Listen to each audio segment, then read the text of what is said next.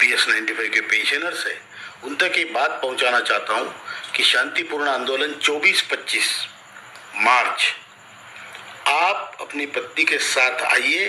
जब तक आप अपनी बात नहीं कहेंगे लोगों को समझ में नहीं आएगा आपकी समस्या से जूझ रहे हैं।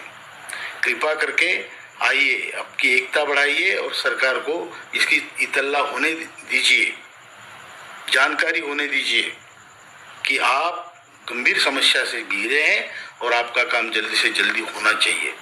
यही मेरी मंशा है और आपके साथ हाथ जोड़ के मैं ये रिक्वेस्ट करता हूँ, आंदोलन को फीका मत पड़ने दीजिए, कृपा कर। नमस्कार दोस्तों EPS 95 पेंशन बढ़ोतरी की एक और वीडियो में आप लोगों का स्वागत करता हूं। दोस्तों, अशोक रावत जी ने खुद लाइव आकर EPS 95 पेंशनरों को आगामी आने वाले आंदोलन के बारे में बताया और साथ में ये भी बताया कि कुछ यूट्यूबरों द्वारा EPS 95 पेंशनरों को भ्रमित किया जा रहा है, तो उन बातों पर ध्यान ना दें। और साथ ही दोस्तों, EPS 95 पेंशन बढ़ोतरी को लेकर आने वाले टाइम में क्या क्या कदम उठाए जाएंगे EPS 95 पेंशनरों की पेंशन बढ़ोतरी को लेकर, उसके बारे में भी जानकारी अशोक रावत जी ने लाइव आकर दिया। तो दोस्तों, वीडियो को बिना स्किप किए लास्ट तक जरूर देखिएगा। कुछ चैनल ऐसे बोल रहे हैं, कुछ लोग बोल रहे हैं कि इसमें बढ़ोतरी नहीं हो सकती। अरे भाई, वो एक्सपर्ट थोड़ी ना है, वो अपने YouTube चैनल चला रहे हैं। देना काम सरकार का है, मांगना काम हमारा है। हम आंदोलन कर रहे हैं 10 साल से। सभी लोग, पूरे IAS अधिकारी, पूरे वहाँ पे जो एक्सपर्ट है, वो सब इस काम में लगे हैं और काम तो होने वाला है। बिल्कुल हमारी पेंशन बढ़ेगी, इसमें कोई शंका नहीं है। ये लोग जो करते हैं वो अपनी रोजी रोटी कमाते हैं, उनको कमाने दो।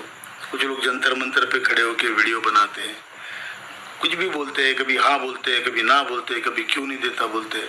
अरे भैया, तुम अकेले हो, अपना YouTube चैनल जो भी उसके लिए कर सकते हो करो, लेकिन जो पूरे देश की जनता, पूरे राज्यों में जिला स्तर, तालुका स्तर पे जो आंदोलन हो रहे हैं, वो सरकार की अनदेखी थोड़ी रहेगी उसके ऊपर। और ये काम होने वाला नहीं था या नहीं है या संभावना नहीं है, ये 10 साल पुरानी बात है। अब उसमें संभावनाएं पैदा हुई है। हमने भी आपने बराबर बोला, हमने तो मीटिंगों में कहा है कि ये कैसे हो सकता है, इस पर सहमति हुई है, उस पर काम चल रहा है और अभी बहुत ही जल्दी इसका रिजल्ट भी आपके सामने आएगा।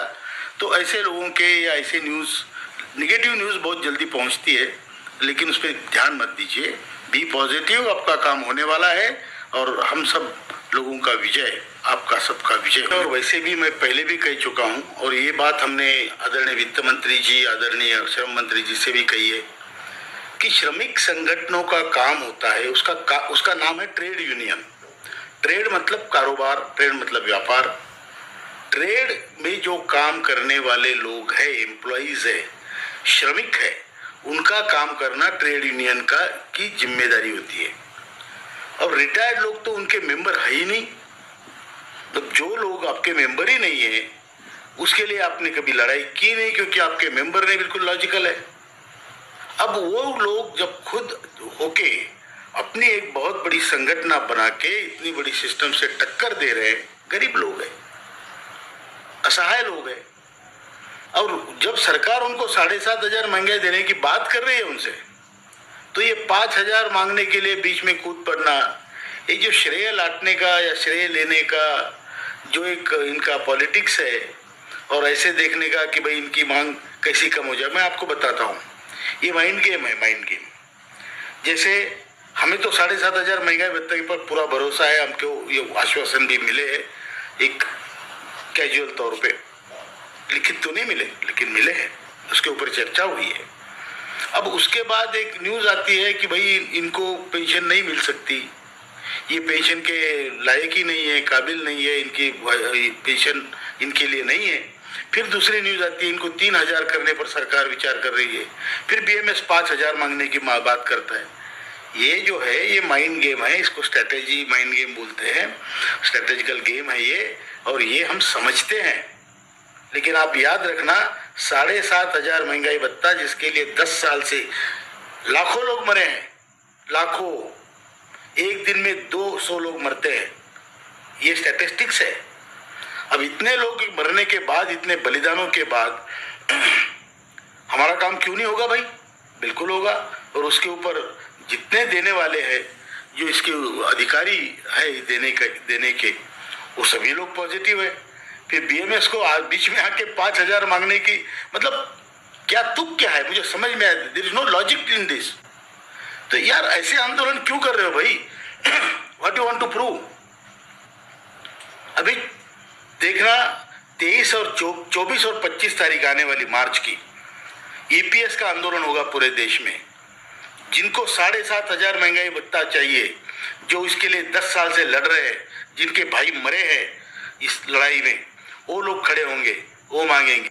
ये हमारी मांग है, इसके लिए हम लड़ रहे हैं और इसके लिए लड़ते रहेंगे। आप देखना 24 और 25 तारीख में आपके माध्यम से सबको ये रिक्वेस्ट करता हूं कि अपनी गिनती वहां कराइए, जाइए, मांगिए। जहां ईपीएफओ ऑफिस है वहां पे भी प्रदर्शन होंगे और जहां ईपीएफओ ऑफिस नहीं है वहां पे उस दिन या दूसरे दिन कलेक्टर ऑफिस पे या डीएम ऑफिस पे प्रदर्शन होगा, शांतिपूर्ण होगा।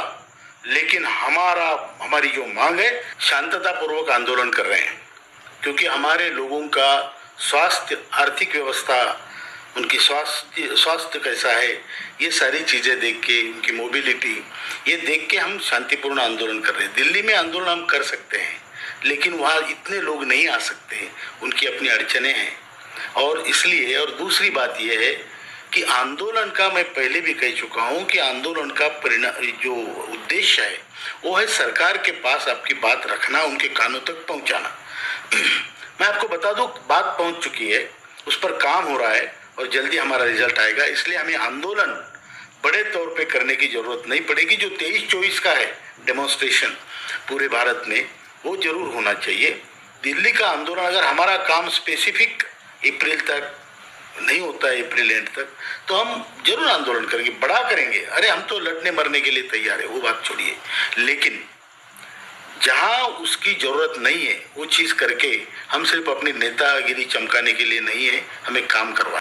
उसमें हमारा उद्देश्य था कि हम आदरणीय डॉक्टर जितेंद्र सिंह जी, जो पीएमओ के राज्य मंत्री है, उनको मिलके पीएमओ का या प्राइम मिनिस्टर ऑफिस का इसमें इंटरवेंशन जल्दी कराने के लिए कोशिश करें। और दूसरा हमारा उद्देश्य था कि आदरणीय हमारे मनसुख मांडविया जी, जो कामगार मंत्री है, उनको मिले और उनको भी कहें कि आप स्पीड बढ़ाइए सर, नहीं तो लोग बहुत परेशान हैं, लोगों में उद्वेग है, रोष है। इसके लिए हम गए थे। मैं वहाँ एक ही दिन रुक पाया और बाकी मुझे कुछ इमरजेंसी आ गई तो मुझे वापस आना पड़ा। उस दिन हमने सभी मीटिंगें तय कर ली, सबसे बात की, मीटिंगें तय हुई और उसके तहत 19 तारीख को, मतलब 19 तारीख को कल हमारे आदरणीय वीरेंद्र सिंह जी, जो हमारे महासचिव है, और पीएन पाटिल जी, जो हमारे मुख्य सलाहकार है, और उसी प्रकार रमेश बहुगुणा जी, जो राष्ट्रीय सचिव है हमारे दिल्ली में रहने वाले, तो ये 3 लोग जाके जो हमारे अमरावती के सांसद है राज्यसभा के डॉक्टर अनिल बोंडे जी, उनके माध्यम से वो डॉक्टर जितेंद्र सिंह जी से मिले, चर्चा हुई, बहुत देर तक हुई, बहुत पॉजिटिव हुई, ये मैं आपको बता दूं। उसके बाद वो श्रम मंत्री जी से भी मिले, उन्होंने भी समय दिया। उन्होंने इतना ही कहा, भाई आपका काम मिशन मोड पे हो रहा है, मतलब जोरदार हो रहा है, वॉर फुटिंग पे हो रहा है, और आपका काम जल्दी से जल्दी होगा। आप लोगों में जाके बताइए, असंतुष्ट मत होइए। आपका जो काम है उसके ऊपर सरकार का पूरी मतलब एनर्जी लगा रहे हैं लोग, जो उनके आईएएस अधिकारी है। ये बात और है कि ये काम 3 मंत्रालयों में, पहले भी बोल चुका हूँ, 3 मंत्रालयों का काम है, एक मंत्री का काम नहीं है।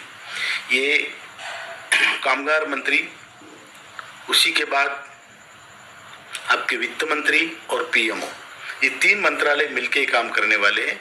रिजल्ट जल्दी आएगा, ये मंत्री जी ने फिर से हमें आश्वस्त किया है। अब आप ये बोलो कि नहीं आश्वासन कब तक, अरे तो क्या फिर डेली लड़ते रहोगे, मारते रहोगे लोगों को? नहीं, आपको संयम बरतना पड़ेगा, और क्योंकि काम होने वाला है। हाँ, जब ये निश्चित होगा कि हमारा काम अपेक्षाप्रद नहीं होता है तो फिर उठ के खड़े होने में क्या तकलीफ है, बिल्कुल करेंगे। मैं आपके माध्यम से हमारे जो दर्शक है, जो हमारे EPS 95 के पेंशनर्स है, उन तक ये बात पहुंचाना चाहता हूं कि शांतिपूर्ण आंदोलन 24-25 मार्च, आप अपनी पत्नी के साथ आइए, जब तक आप आपकी बात नहीं कहेंगे लोगों को समझ में नहीं आएगा आपकी समस्या से जूझ रहे हैं। कृपा करके आइए, आपकी एकता बढ़ाइए और सरकार को इसकी इतला होने दीजिए, जानकारी होने दीजिए कि आप गंभीर समस्या से घिरे हैं और आपका काम जल्दी से जल्दी होना चाहिए।